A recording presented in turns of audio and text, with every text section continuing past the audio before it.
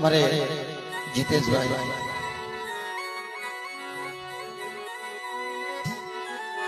सुरापुरा दादा सुरापुरा दादा कारण के भाई केवन भाई के मरे ना के भाई मरे तो बाबा हमरे बेनी मरे देश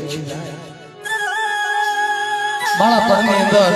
કાતો એના મા બાપ મરી જાય કાતો એના બાળપણ ની અંદર સાહેબ એના ભાઈઓ મરી જાય જેના કંધો મરી જાય સોય દેશના માણા મરી જાય છે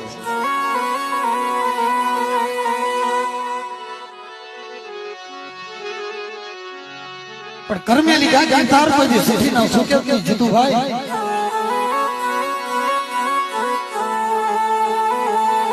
એની ભાઈમાં એવું લખેલું